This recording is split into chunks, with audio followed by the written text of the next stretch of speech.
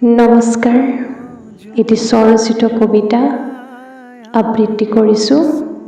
কবিতাৰ শিৰোনাম এজাৰ ফুলিলি কবা আকৌ আহিম। বহুবাৰ প্ৰেমত পৰিলোঁ, এজাৰৰ প্ৰেমত। বেঙুনীয়া ৰঙৰ আঁচলে আৱৰি ৰাখে প্ৰতিজন এজাৰ বাসীৰ হৃদয়।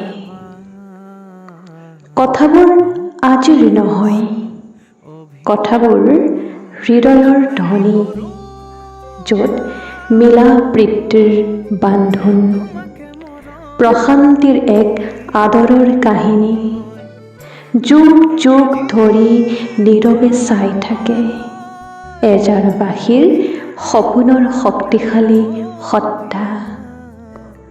কিমান যে আৱেগৰ এজাৰ, কিমান যে মৰমৰ এজাৰ, বুজি পোৱা যায় ইতিহাস প্ৰসিদ্ধ এজাৰৰ সুবাস।